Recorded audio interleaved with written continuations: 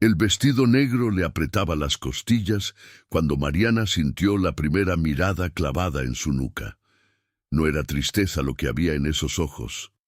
Era otra cosa, algo más frío, algo que se parecía al desprecio. Frente a ella, dentro de un ataúd de madera oscura, estaba el hombre que le había prometido protegerla para siempre, y a su alrededor, entre coronas de flores blancas que olían demasiado dulce, casi 30 personas parecían esperar a que ella cometiera un error. Mariana apretó la cartera contra el pecho y se preguntó, por primera vez desde que había recibido la llamada del hospital, si de verdad tenía derecho a estar ahí. Nadie se había acercado a saludarla. Nadie le había ofrecido una silla ni un vaso de agua. En la primera fila, doña Elvira Villalba sostenía un pañuelo que no usaba para llorar, y a su lado, Gustavo, el hermano menor de Andrés, apretaba una carpeta color café contra el pecho como quien guarda un arma. Antes de continuar, quiero preguntarte algo relacionado con esta historia. ¿Alguna vez sentiste que una familia entera se puso en tu contra sin que hicieras absolutamente nada malo? Cuéntamelo en los comentarios. Me gusta mucho leer lo que ustedes escriben y muchas de las próximas historias nacen justamente de esas respuestas. Y si te gustan las historias de injusticia y superación como esta, este es un buen momento para suscribirte al canal. Ahora sí, volvamos a ese salón donde Mariana todavía no sabía lo que estaba a punto de perder. Andrés había muerto 11 días atrás, después de una semana luchando contra una neumonía que nadie, ni siquiera los médicos, esperaba que terminara así. Mariana había pasado esos 11 días entre el hospital y la casa vacía, sin dormir más de 3 horas seguidas, organizando papeles de seguro médico y llamando a proveedores para cancelar pedidos que ya no tenían sentido. Nadie de la familia de su marido la había llamado para preguntar cómo estaba. Nadie le había preguntado si necesitaba ayuda. Se acercó al féretro despacio, consciente de que cada paso era observado. Puso la mano sobre la madera pulida y sintió que el salón entero contenía la respiración. Detrás de ella, alguien susurró algo que no alcanzó a entender y otra voz respondió con una risa corta, apagada casi de inmediato, como quien recuerda dónde está. Doña Elvira se levantó de su silla, caminó hacia Mariana con la espalda recta y la barbilla en alto, y el murmullo del salón bajó hasta convertirse en silencio. Mariana sintió que las piernas le temblaban, pero no retrocedió. «Qué valiente eres para venir vestida de viuda», dijo Elvira en voz alta para que todos escucharan, «cuando apenas eras la empleada de su oficina». Alguien contuvo una risa. Mariana sintió el calor subiéndole por el cuello hasta las orejas, pero no dijo nada. A su espalda, Renata, la cuñada, ya se había acercado un paso más, con los ojos fijos en la mano izquierda de Mariana, donde brillaba un anillo antiguo de oro con una piedra verde oscura. Gustavo seguía de pie junto al ataúd, sin soltar la carpeta, mirando a Mariana como quien ya sabe cómo va a terminar la escena. Entre los presentes reconoció a don Tomás, el antiguo socio de Andrés en la constructora, un hombre mayor de manos ásperas que se atrevió a dar 2 pasos hacia ella como si fuera a saludarla.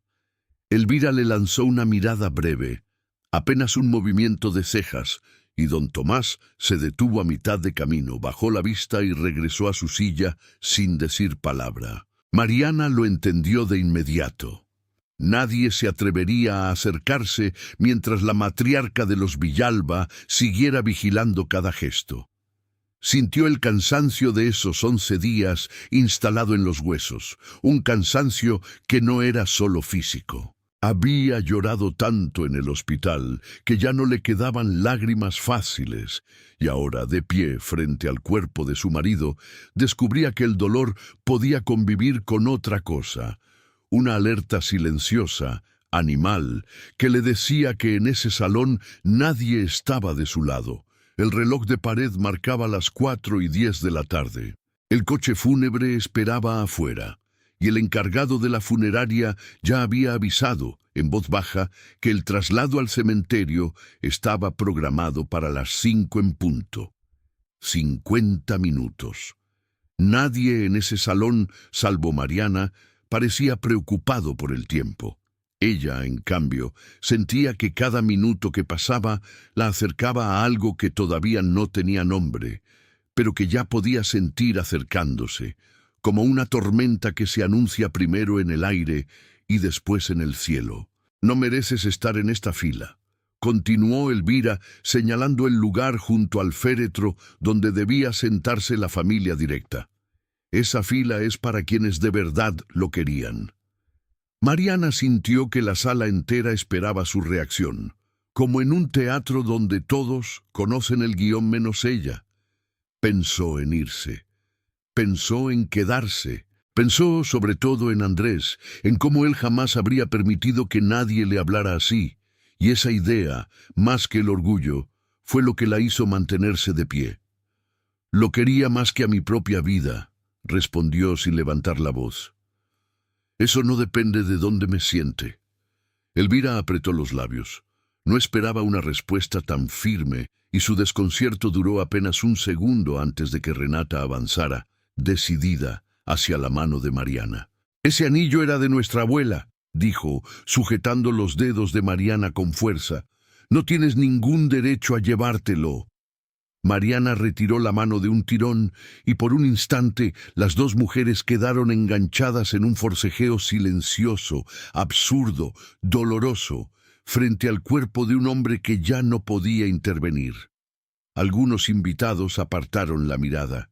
Otros, los más cercanos a Elvira, observaban con una curiosidad que se parecía demasiado al placer. «Andrés me lo dio el día que nos casamos», dijo Mariana, con la voz quebrada pero firme. «Pregúntale a quien quieras. Hay fotos». «Las fotos no prueban nada», respondió Renata sin soltar del todo. «Tú lo atrapaste, todos lo sabemos». La palabra atrapaste cayó sobre Mariana como una bofetada. Sintió que los ojos se le llenaban de lágrimas que se negó a derramar frente a esa gente. Cerró el puño alrededor del anillo, no por avaricia, sino porque en ese momento era lo único que le quedaba de él, lo único que nadie más podía tocarle sin arrancarle algo por dentro. Un empleado de la funeraria, incómodo, se acercó a preguntar si todo estaba bien. Nadie respondió. Elvira levantó una mano, como quien ordena silencio, y el hombre retrocedió sin insistir. Fue entonces cuando Mariana notó algo que no había visto antes. En la mesa, donde se firmaba el libro de condolencias, alguien había colocado, junto a las flores, un sobre grande sellado con el nombre completo de Andrés, escrito a máquina. No una tarjeta de pésame, un sobre oficial, del tipo que se usa para documentos legales. Gustavo lo vio mirar y con un gesto rápido lo cubrió con su propia carpeta. Cerca de la puerta, don Tomás observaba la escena con el ceño fruncido. Por un segundo pareció que iba a intervenir, que abriría la boca para defenderla, pero Elvira giró la cabeza hacia él con una expresión que no necesitaba palabras, y el hombre volvió a guardar silencio. Mariana comprendió, con una claridad que dolía más que cualquier insulto, que estaba completamente sola en ese salón. Nadie iba a levantar la voz por ella. Tendría que hacerlo ella misma, o resignarse a que la sacaran de ahí como a una intrusa. Mariana sintió que algo dentro de su pecho se endurecía. No sabía todavía qué era ese sobre, pero supo, con la certeza fría de quien ha aprendido a leer el peligro, que no estaba ahí por casualidad.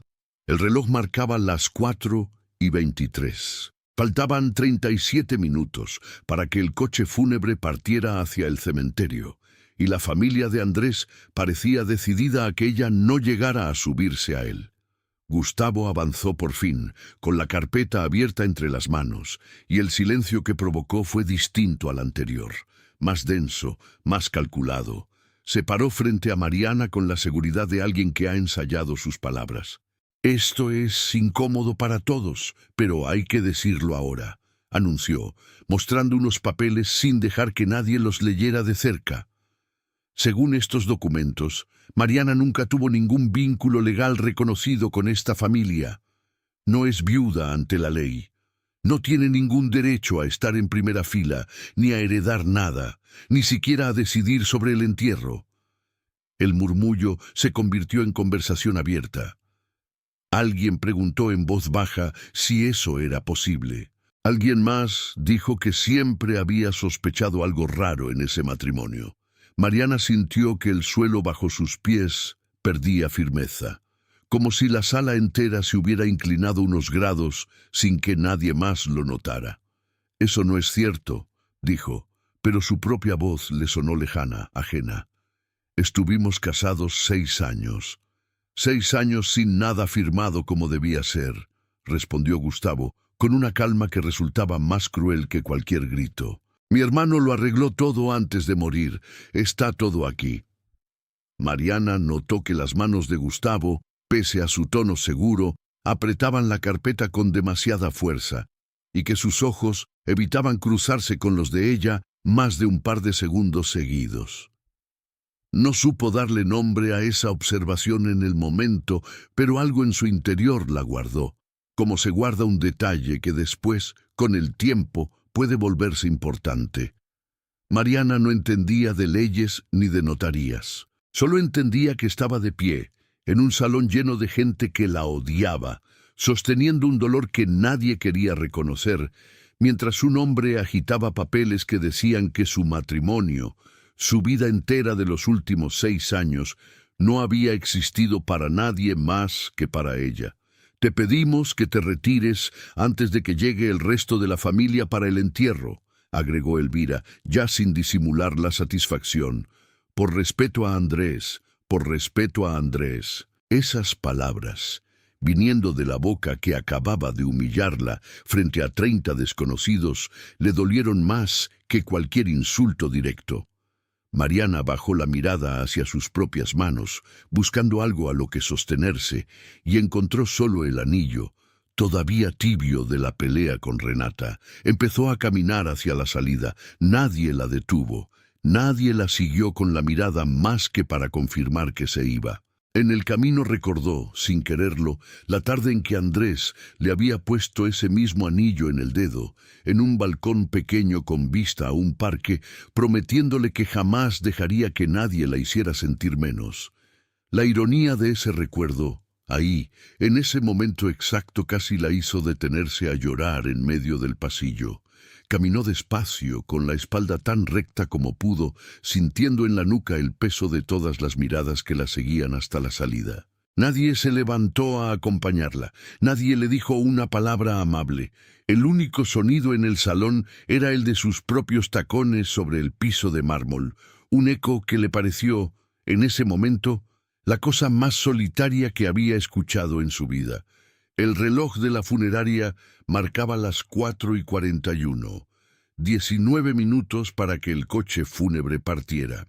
Mariana llegó hasta la puerta de vidrio, puso la mano sobre la manija fría y respiró hondo, tratando de reunir la poca dignidad que le quedaba para salir sin que nadie la viera derrumbarse.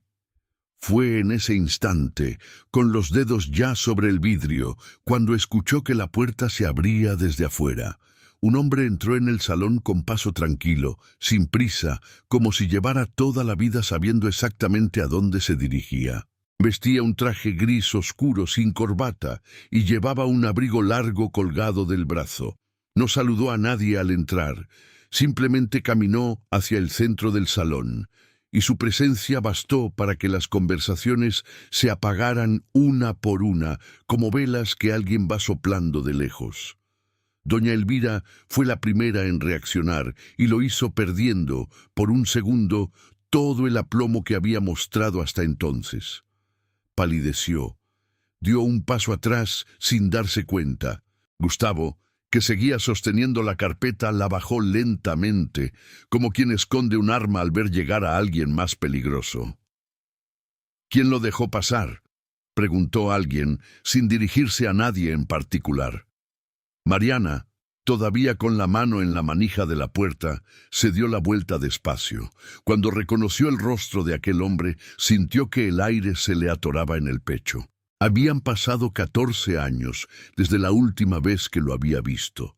14 años desde una despedida breve y torpe en un aeropuerto, sin explicaciones que alcanzaran a justificar por qué un padre podía desaparecer así, de un día para otro, de la vida de su única hija.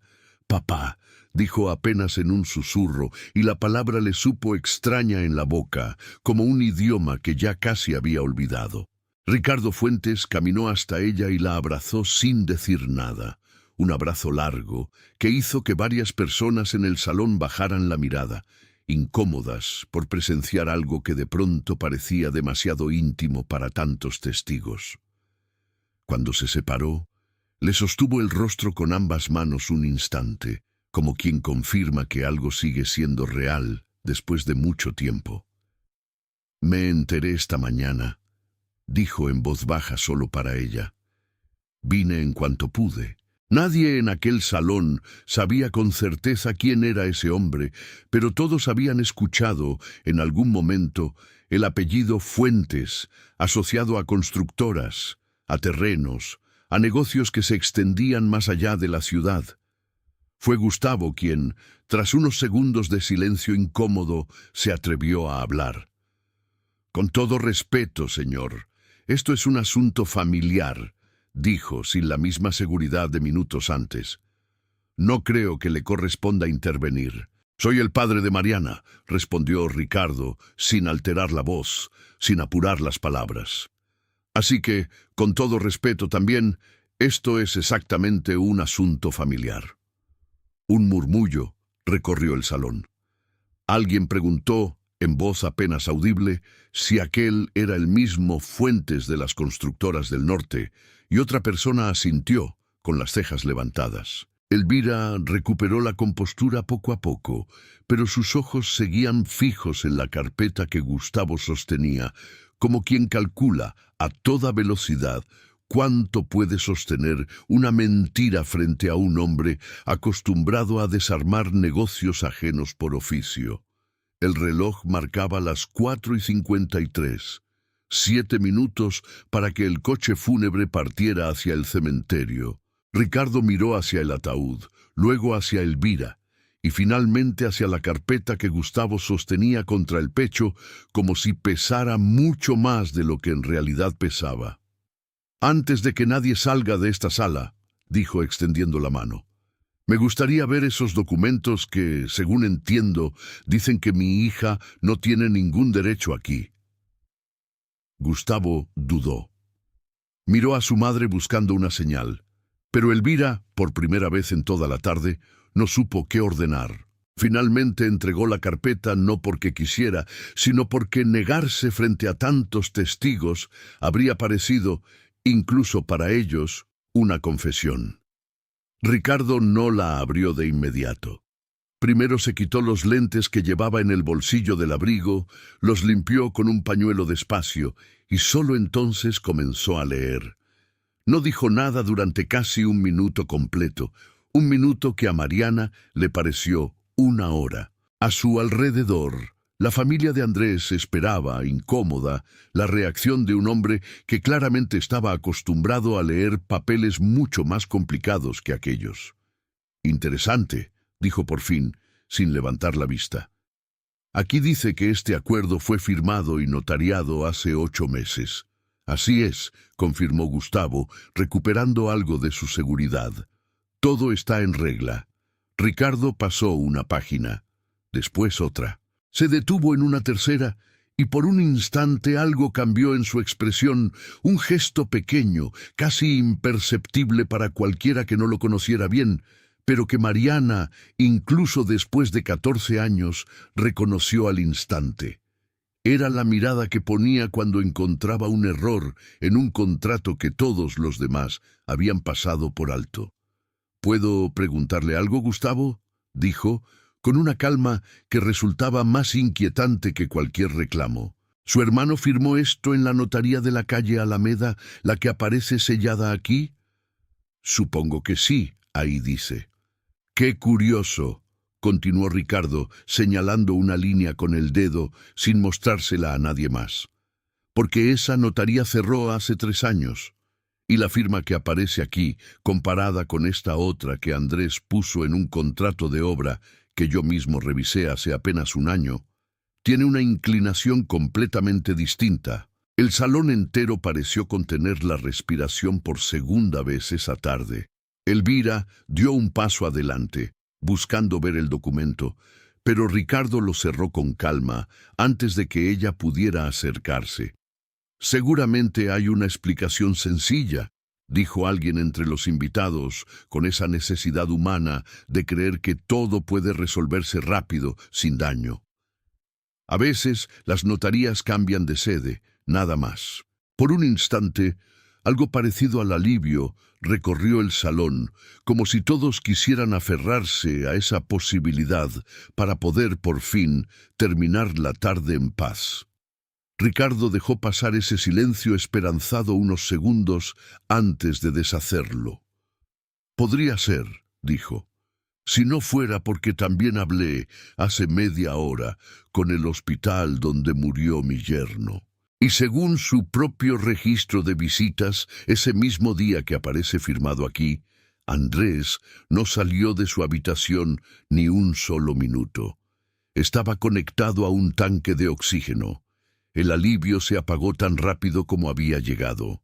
Nadie volvió a mencionar la posible mudanza de la notaría. Ricardo se limitó a mirar a Gustavo directamente, con una expresión que no era de furia, sino de algo más peligroso. La certeza tranquila de quien ya ha decidido que va a llegar hasta el final de un asunto.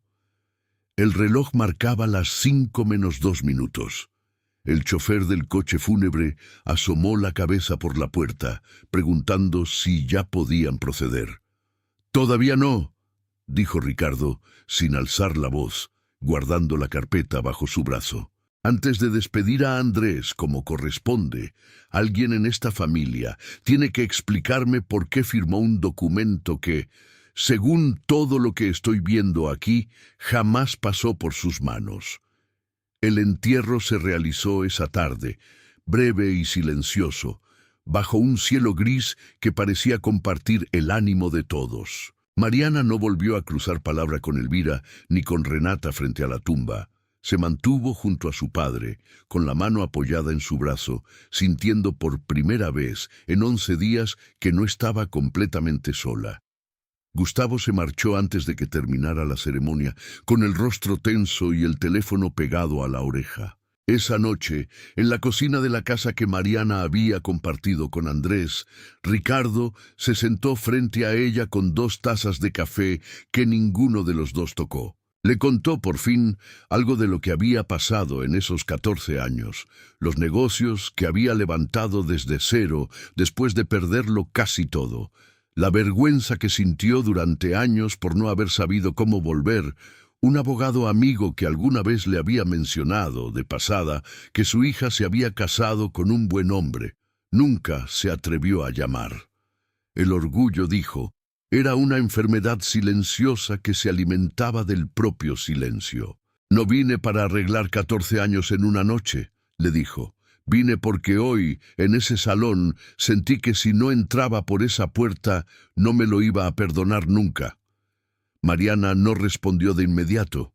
Había demasiado dolor acumulado como para resolverlo con una sola conversación, pero también había, debajo de todo eso, un alivio que no esperaba sentir. Le preguntó, en cambio, por los documentos. Ricardo explicó lo que había notado. La notaría cerrada, la firma con una inclinación distinta, la fecha que coincidía sospechosamente con los días en que Andrés ya llevaba una semana internado, demasiado débil incluso para sostener una taza sin ayuda. Todavía no tenían pruebas suficientes para presentar ante un juez, pero tenían algo más valioso. Una pregunta que no dejaba de crecer. «¿Por qué haría Gustavo algo así?», preguntó Mariana. Ricardo se lo explicó con cuidado, porque había hecho algunas llamadas esa misma tarde. el negocio familiar, la ferretería y distribuidora de materiales que llevaba el apellido Villalba desde hacía 3 generaciones, arrastraba deudas serias desde hacía más de un año. Gustavo había pedido préstamos a nombre de la empresa sin avisar a nadie, y 2 de esos préstamos vencían en cuestión de semanas. Si Mariana quedaba fuera de la herencia, la parte que le correspondía a ella pasaría directamente a cubrir esas deudas. Al día siguiente, Ricardo insistió en acompañarla hasta la ferretería que la familia Villalba administraba desde generaciones atrás, con la excusa de revisar unos documentos de la sucesión. Encontraron el local con la persiana metálica a medio bajar en pleno horario laboral, y a 2 hombres de traje discreto esperando junto a la entrada con carpetas propias bajo el brazo. Uno de los empleados, al reconocer a Mariana, le susurró, casi sin querer, que llevaban semanas presentándose así, preguntando por Gustavo, y que nadie en la tienda se atrevía a decirles que no estaba. «Cobradores», dijo Ricardo en voz baja, una vez que se alejaron lo suficiente. «No hace falta ser adivino para entender de qué huye tu cuñado». Esa misma noche llegó una notificación formal a la casa. El notario designado por la familia había fijado la lectura oficial del testamento revisado para el lunes siguiente a las 10 de la mañana. Faltaban 7 días. Ricardo miró la carta con una expresión que Mariana no supo interpretar del todo, entre la preocupación y algo parecido a la determinación. 7 días, dijo él doblando la carta. Es poco tiempo, pero alcanza si empezamos ahora mismo. Yo voy a hacer las llamadas, dijo Mariana, sorprendiéndose a sí misma con la firmeza de su propia voz. Es mi vida la que está en esos papeles.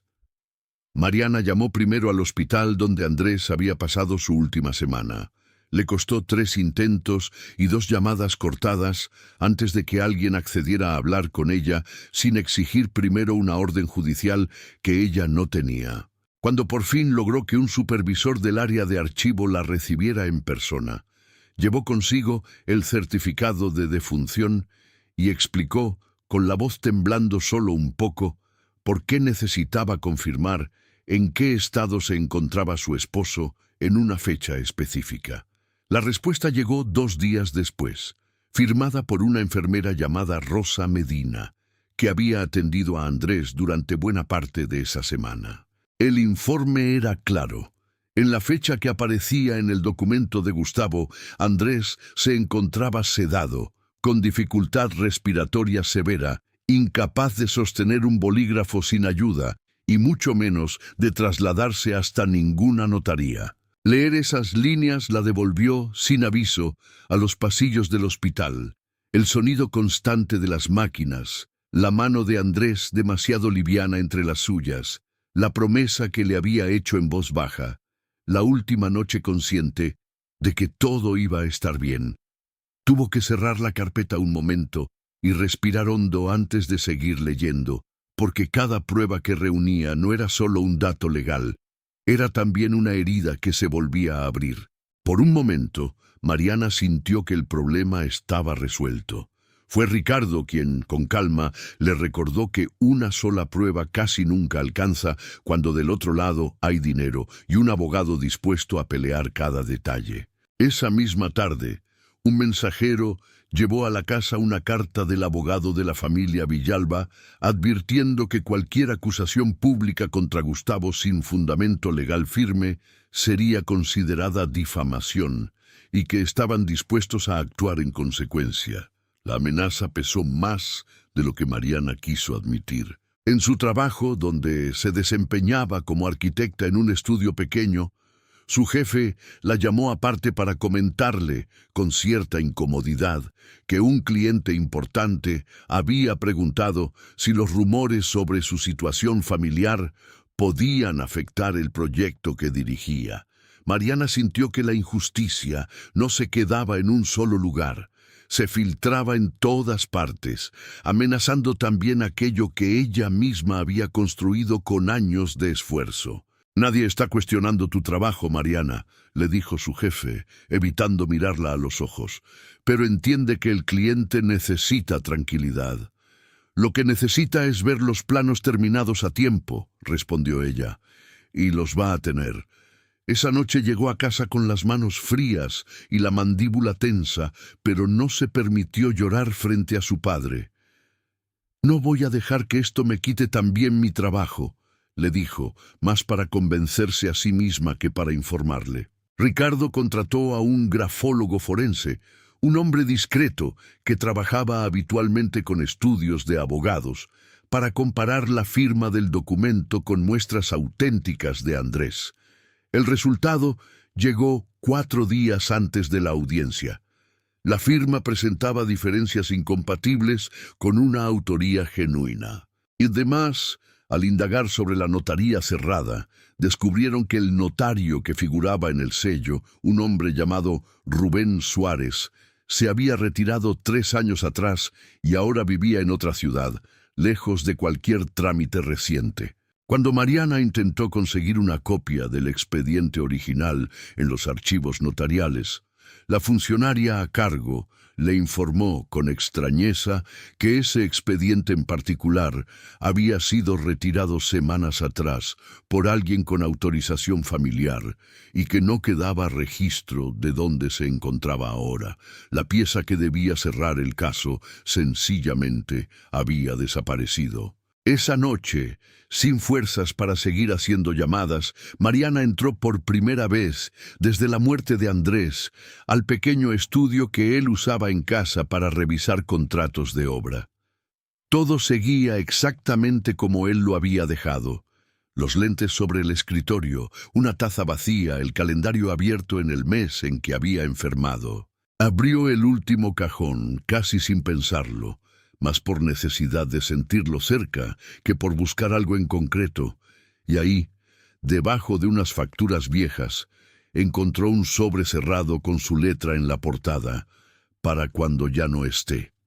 Dentro había una copia notariada del testamento original, el mismo que reconocía a Mariana como su única heredera junto con la casa, firmado 1 año antes de que enfermara, con el sello de una notaría distinta a la que Gustavo había presentado. Junto a los papeles, una nota corta escrita a mano decía simplemente que la quería más de lo que había sabido demostrarle en la prisa de los días comunes. Mariana lloró esa noche como no lo había hecho ni en el hospital ni en el funeral. Pero por primera vez en semanas, el llanto vino acompañado de algo parecido al alivio. El lunes llegó con un cielo despejado, que contrastaba con la tensión que Mariana sentía en el pecho desde que había abierto los ojos. A las 9:30 ya estaba vestida, sentada frente al espejo, mirando sus propias manos y notando, casi con sorpresa, que ya no temblaban como el día del funeral. Llegó a la notaría a las 9:40, 20 minutos antes de la hora fijada, acompañada por su padre y por la abogada que él había contratado, una mujer de apellido Ibarra, conocida por su experiencia en casos de fraude patrimonial. En la sala de espera ya estaban Elvira, Renata y Gustavo, junto a su propio abogado. Nadie saludó a nadie. El reloj de la pared marcaba los minutos con un tic-tac que parecía esa mañana más fuerte de lo habitual. A las 9:55, el notario a cargo anunció que en 5 minutos comenzaría formalmente la audiencia. Gustavo revisaba su teléfono sin mirar realmente la pantalla. Elvira mantenía la vista fija en un punto de la pared, con la espalda tan recta que parecía dolerle. Renata, en cambio, evitaba mirar a Mariana directamente, algo que Mariana notó y guardó, sin saber todavía qué significaba. A las 10 en punto, el notario cerró la puerta de la sala e informó que solo tenían la hora reservada hasta el mediodía. Faltaban 2 horas. Mariana sintió que el corazón se le aceleraba, no de miedo, sino de una urgencia distinta, la de quien por fin va a decir en voz alta algo que ha guardado demasiado tiempo. Cuando la audiencia comenzó, el abogado de la familia Villalba presentó primero el documento firmado, insistiendo en su validez formal. La abogada Ibarra esperó, paciente, a que terminara y entonces, sin levantar la voz, comenzó a exponer las pruebas, una por una. El informe médico firmado por la enfermera Rosa Medina, el peritaje grafológico, la declaración jurada del notario retirado Rubén Suárez, quien confirmó por escrito que jamás había certificado ese documento, y finalmente el testamento original que Andrés había guardado en su propio escritorio, con fecha y sello que no dejaban lugar a dudas. El abogado de los Villalba intentó objetar, alegando que ese último documento no había sido presentado con antelación. El notario revisó los tiempos del reglamento, calculando en voz alta los minutos que restaban de la sesión, y determinó que sí podía incorporarse, siempre que se verificara su autenticidad en el acto. Faltaba menos de 1 hora y media, y por primera vez esa mañana fue el abogado contrario quien pareció perder el hilo de sus propias palabras. «No quiero hacer una pregunta directamente», dijo entonces Mariana, poniéndose de pie con una voz que sorprendió incluso a su propia abogada por su firmeza. «Gustavo, mírame. ¿En qué fecha exacta dices que mi esposo firmó este papel?» Gustavo balbuceó la fecha que figuraba en el documento. Mariana no apartó la mirada. «Ese día yo estuve 12 horas sentada junto a su cama, sosteniéndole la mano porque no podía respirar sin ayuda. Tú lo sabes, porque viniste a verlo esa misma tarde y te fuiste a los 10 minutos». El silencio que siguió fue distinto a todos los anteriores. Gustavo bajó la cabeza. Cuando por fin habló, su voz ya no tenía nada de la seguridad de la funeraria. «Necesitaba el dinero», dijo casi en un susurro. Los bancos ya no esperaban más. Elvira cerró los ojos. No dijo nada en su defensa, pero por primera vez, desde el funeral, algo en su rostro dejó de ser desprecio para convertirse en otra cosa, algo más parecido a la vergüenza. Renata, a su lado, se cubrió la boca con la mano, y Mariana notó que sus ojos se habían llenado de lágrimas que ella tampoco intentaba disimular. El notario, con expresión grave, anotó algo en su registro y anunció que, dadas las irregularidades expuestas, el documento quedaba impugnado de forma preliminar, sujeto a investigación formal por falsificación. Faltaban apenas 20 minutos de sesión cuando la reunión terminó, pero para Mariana esos 20 minutos sobrantes se sintieron como el primer respiro completo que daba en semanas. En las semanas que siguieron, el proceso legal avanzó tal como la abogada Ibarra había anticipado. El testamento válido, el que Andrés había firmado años atrás cuando ambos compraron juntos la casa donde Mariana seguía viviendo, fue reconocido sin más disputas.